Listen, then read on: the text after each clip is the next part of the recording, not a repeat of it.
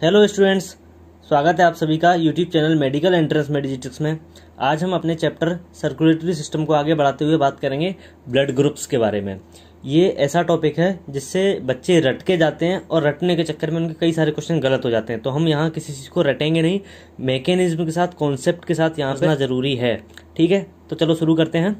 Blood groups सबसे पहले इनकी जो डिस्कवरी की थी वो एक साइंटिस्ट थे जिनका नाम था कार्ल लैंडस्टीनर। उन्होंने की थी 1901 में, 1901 में लैंडस्टीनर भाई साहब ने की थी। कभी कभार ये क्वेश्चन पूछा जा सकता है, बहुत पहले जब पुराने जमाने में पूछा गया है, AIPMT जब होती थी तब और स्टेट PMT जब होती थी, तो कभी कभार आ सकता है। तो आप याद रखें, लैंडस्टीनर भाई साहब थे, उन्होंने 1901 में इसकी खोज की थी और उसके लगभग 30 साल के बाद इनको इस डिस्कवरी के लिए नोबेल प्राइज भी मिला था।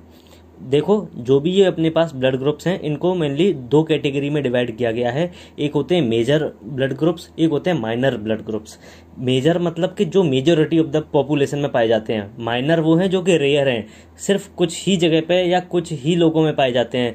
मेजर में आते हैं दो, अपना ABO ब्लड ग्रुप का सिस्टम है, आपने सुना होगा A, B positive, B negative, आप ऐसे सुनते हो।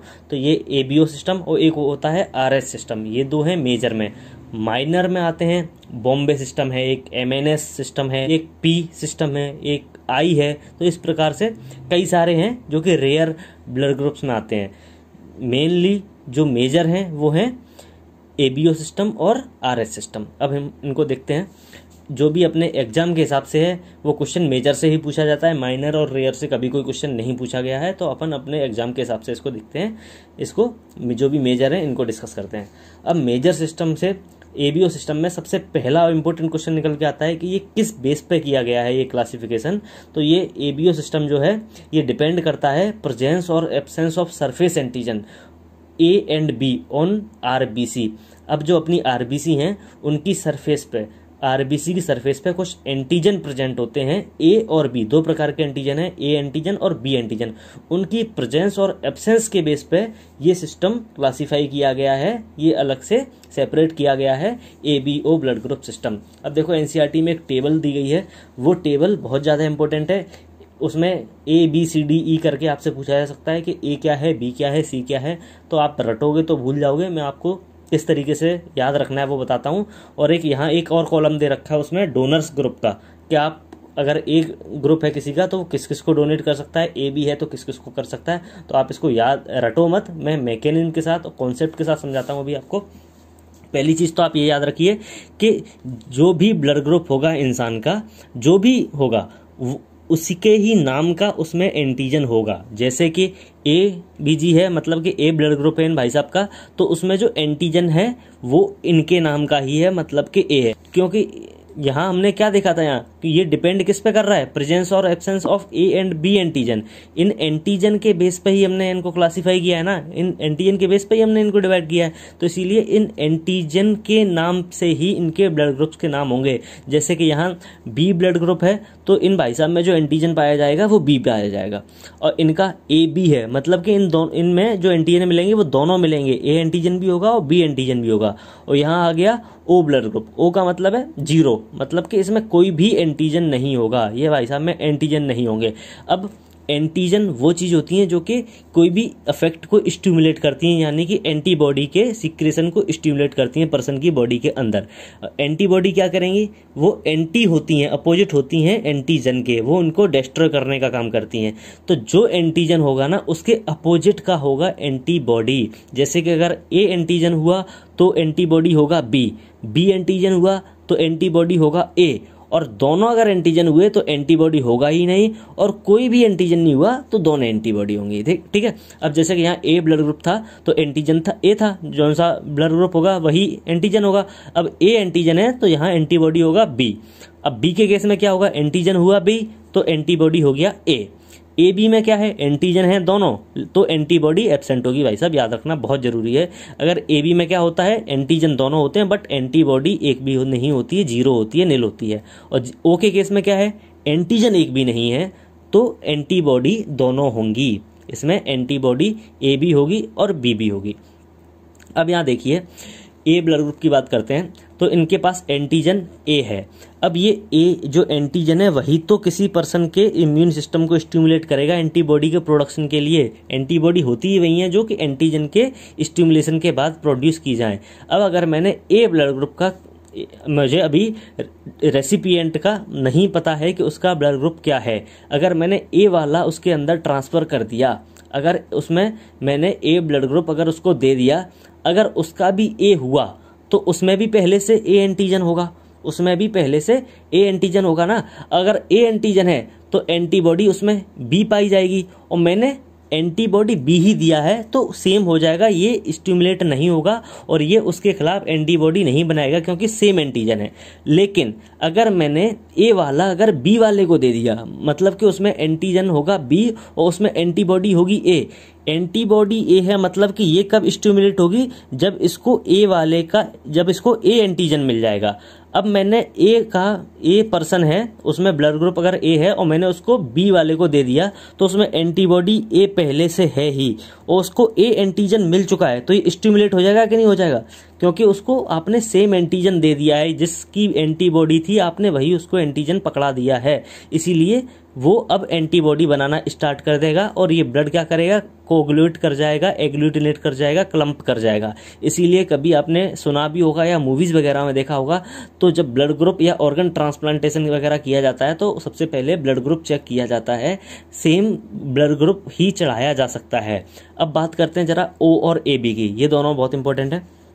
ओ में देखिए कोई भी एंटीजन नहीं है, किसी भी प्रकार का कोई एंटीजन नहीं है, तो आगे जाके ये कोई भी एंटीबॉडी को स्टिमुलेट करेगा क्या, किसी भी एंटीबॉडी का फॉर्मेशन नहीं कराएगा क्योंकि इसमें एंटीजन ही नहीं है। और इन भाई साहब में अगर एंटीजन नहीं है तो ये किसी को भी दिए जा सकते हैं ना, क्योंकि इनके पास एंटीजन है ही नहीं, ये किसी में भी जाके एंटीबॉडी का स्टिमुलेशन कराएंगे ही नहीं, एंटीबॉडी का फॉर्मेशन कराएंगे ही नहीं, इसीलिए किसी को भी डोनेट किए जा सकते हैं। तो याद रखना आप, ये हर किसी को वो डोनेट कर सकता है, इसीलिए ओ को क्या कहा जाता है, यूनिवर्सल डोनर, इसीलिए ओ को कहा जाता है यूनिवर्सल डोनर, ठीक है। और ए बी की बात करें तो ए बी क्या है, ये ए और बी दोनों एंटीजन है, इसमें एंटीबॉडी नहीं है, तो ये सिर्फ ए बी वाले को ही दे सकता है, लेकिन ये रिसीव किसी से भी कर सकता है। क्यों? क्योंकि इसके पास तो एंटीबॉडी है ही नहीं ना भाई, इसके पास एंटीबॉडी नहीं, आप इसको कोई सा भी एंटीजन पकड़ा दो तो ये उसके लिए एंटीबॉडी बनाएगा ही नहीं, क्योंकि इसके पास एंटीबॉडी है ही नहीं, इसीलिए ये हर किसी से एक्सेप्ट कर लेगा ब्लड, वो कोई सा भी हो, ए बी ओ कुछ भी हो, वो एक्सेप्ट कर लेगा, इसीलिए इसको यूनिवर्सल रेसिपिएंट कहा जाता है। आपको किस तरीके से याद रखना है, तो डोनर, डोनर में ओ आ रहा है ना, डो से ओ याद रखोगे आप, तो जो डोनर है वो ओ होगा और बचा हुआ कौन सा, ए बी है, वो के रेसिपिएंट होगा। रेसिपिएंट क्यों होगा, क्योंकि उसमें एंटीबॉडी ही नहीं है, तो इसको आप कोई सा भी एंटीजन पकड़ा दो ये उसके खिलाफ एंटीबॉडी बना ही नहीं सकते हैं, क्योंकि इनके पास कुछ है ही नहीं, तो ये सबका ही एक्सेप्ट कर लेंगे, तो ये रेसिपिएंट है, लेकिन देगा सिर्फ केवल ए बी वाले को ही, ठीक है, ये देगा केवल ए बी वाले को ही, लेकिन ले किसी से भी सकता है। लेकिन ओ का क्या है, ये लेगा सिर्फ ओ वाले से, लेकिन दे सभी को सकता है, तो ये यूनिवर्सल डोनर है और ये यूनिवर्सल रेसिपिएंट है। तो यहाँ मैं बात करता हूँ कि ये किस किस से ले सकते हैं, तो ये सेम से तो ले ही सकते हैं, और ओ यूनिवर्सल डोनर है, किसी को भी दे सकता है, तो डेफिनेटली ये ओ से तो ले ही लेंगे। ऐसे ही बी तो अपने वाले से तो ये लेंगे ही लेंगे और साथ में ओ से भी लेंगे। लेकिन ए बी ये क्या है, ये ए बी से तो लेगा ही लेगा, ए से भी लेगा, बी से भी लेगा और ओ से भी लेगा, क्योंकि भाई ये यूनिवर्सल रेसिपिएंट है, ये किसी से भी ले सकता है, और ये डोनर है, ये दे किसी को भी सकता है लेकिन लेगा केवल ओ से। तो यहाँ आप ये चीज़ याद रखें कौन किसको दे सकता है। तो मैंने आपको मैकेनिज्म समझा दिया कि कैसे हमको याद रखना है, आप बाकी इनको याद रखो तो रख सकते हो। एनसीईआरटी की टेबल है तो आपको ये डायरेक्टली ABCD करके दी जा सकती है, ए क्या है, बी क्या है, सी क्या है, डी क्या है, तो आपको बताना है। जैसे कि इस कॉलम को मान लो उन्होंने ए कर दिया, इस कॉलम को बी कर दिया, इस कॉलम को सी कर दिया, इस कॉलम को डी कर दिया, तो आपको ये बताना है कि ABCDE क्या होंगे।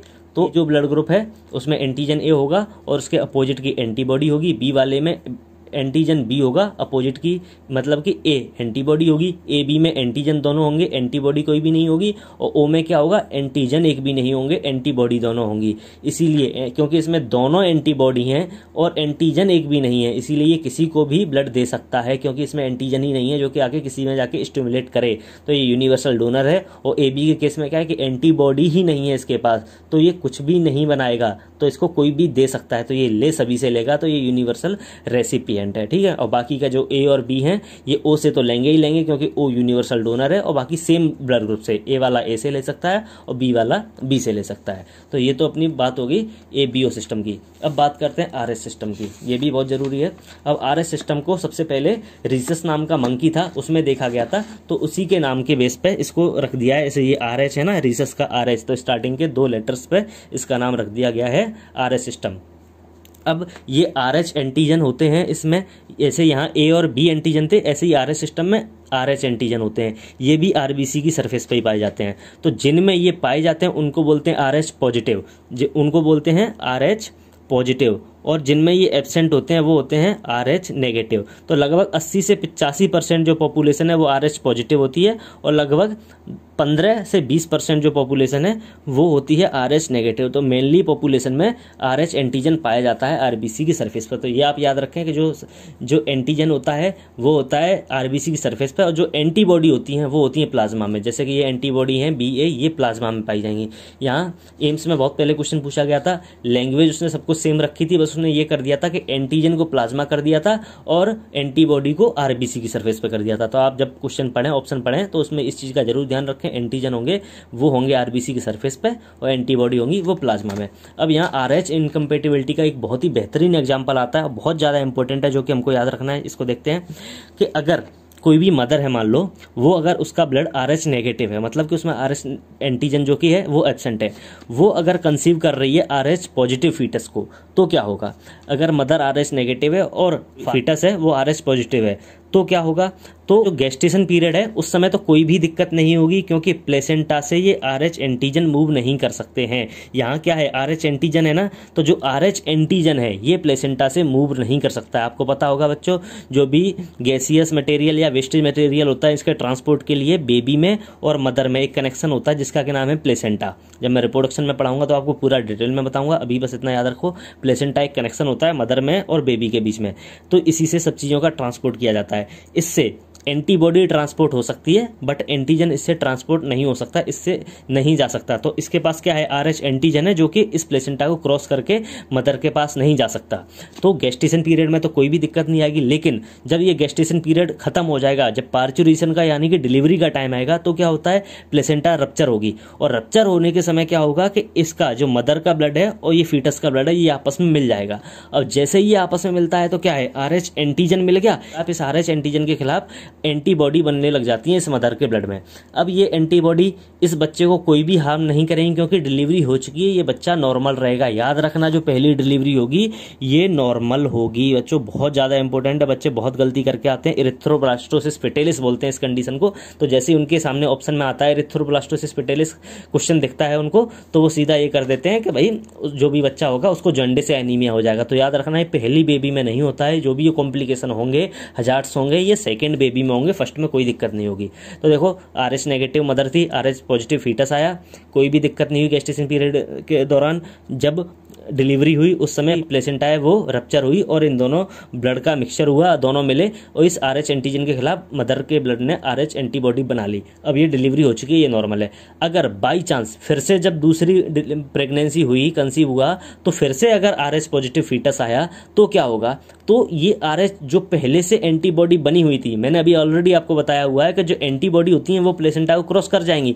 ये एंटीबॉडी इस एंटीजन के खिलाफ ऑलरेडी बन चुकी हैं, ये प्लेसेंटा से क्रॉस करके यहाँ जाती हैं और क्या करेंगी, ये हीमोलाइसिस करा देती हैं, आरबीसी का ब्रेक डाउन करा देती हैं, आरबीसी को तोड़ने लगती हैं। याद रखना बच्चों, बहुत ज़्यादा इंपॉर्टेंट है, ये क्या करेंगे, आरबीसी का ब्रेक डाउन कराएंगे। उसके बाद अगर ये डिलीवरी हो भी जाती है तो बच्चे में एनीमिया और जॉन्डिस, ये 2 कॉम्प्लिकेशन बहुत ज़्यादा इंपॉर्टेंट है। वैसे बहुत होते हैं, कर्नेक टेरेस भी होता है, काफ़ी सारे हैं, लेकिन आपके एनसीईआरटी में सिर्फ 2 ही दिए हुए हैं, तो आपको ये 2 तो याद ही रखने हैं, एनीमिया और जॉन्डिस हो सकता है। अगर अगर सेकेंड ये होगा किसमें, सेकेंड बेबी में। अब इसको रोकने के लिए क्या किया जाता है, तो जैसे ही फर्स्ट डिलीवरी हुई, पता चल गया आपको कि बच्चे का है ब्लड ग्रुप वो RH पॉजिटिव है, मदर थी RH नेगेटिव, तो डेफिनेटली इसने RH एंटीबॉडी बना ली होगी। तो इसीलिए उस RH एंटीबॉडी को काउंटरैक्ट करने के लिए, उसके इफेक्ट को नेगलीफाई करने के लिए एंटी RH एंटीबॉडी दे दी जाती है, ताकि उस एंटीबॉडी के इफेक्ट को न्यूट्रलाइज कर दिया जाए, उसको बिल्कुल भी नलीफाई कर दिया जाए। तो उसके लिए क्या किया जाएगा, जैसे ही फर्स्ट बेबी डिलीवर हुआ तो तुरंत ही एक इंजेक्शन दे दिया जाता है, किस चीज़ का, एंटी RH एंटीबॉडी का, जिससे जो RH एंटीबॉडी बनी है उनका इफेक्ट है वो कि न्यूट्रलाइज हो जाता है। तो बच्चों ये हुआ अपने ब्लड ग्रुप्स के बारे में। यहाँ 3-4 वैरायटी क्वेश्चन है, एक वैरायटी और बनती है जो कि हम जेनेटिक्स में पढ़ेंगे, जिसमें कि मदर फादर के ब्लड ग्रुप्स देके आपको प्रोजेनी का, ऑफस्प्रिंग का ब्लड ग्रुप निकलवाया जाता है, बच्चों का ब्लड ग्रुप निकलवाया जाता है। जी हाँ, ये मैं आपको जब मैं आपको वहाँ एलील्स बताऊंगा तो वहाँ आपको मैं ये डिटेल में समझाऊंगा मल्टीपल एलील्स में। ठीक है, थैंक यू सो मच।